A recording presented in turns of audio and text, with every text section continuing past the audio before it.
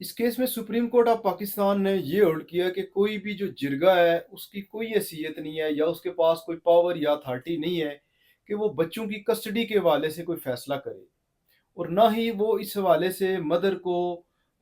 یہ فورس کر سکتا ہے یا کمپیل کر سکتا ہے کہ وہ بچے کے رائٹس کے حوالے سے کوئی بارٹر ٹریڈ یا کوئی ایکسچینج یا کوئی اس طرح کا کوئی معاہدہ کرے۔ اس کیس میں بھی ایسے ہی ہوا تھا کہ جرگے نے فیصلہ کر دیا تھا کہ جو خاوند ہے وہ بیوی کو طلاق دے دے گا، اور جو والدہ ہے وہ جو بچہ ہے وہ والد کے حوالے کر دے گی۔ تو اس کے اوپر جو والدہ تھی اس نے اس آرڈر کو چیلنج کر دیا، اور جب یہ matter Supreme Court of Pakistan میں پہنچا تو سپریم کورٹ آف پاکستان نے بڑے واضح الفاظ میں یہ کہہ دیا کہ جو بچہ ہے یہ فوراً والدہ کے حوالے کیا جائے، اور جو جرگہ ہے اس کی کسی قسم کی کوئی قانونی حیثیت نہیں ہے، نہ ہی وہ کسٹڈی اور ویلفیئر کے حوالے سے کوئی اختیار رکھتا ہے۔ یہ اس حوالے سے مکمل جو اختیار ہے وہ گارڈین کورٹ کا ہے۔ دوستو، اس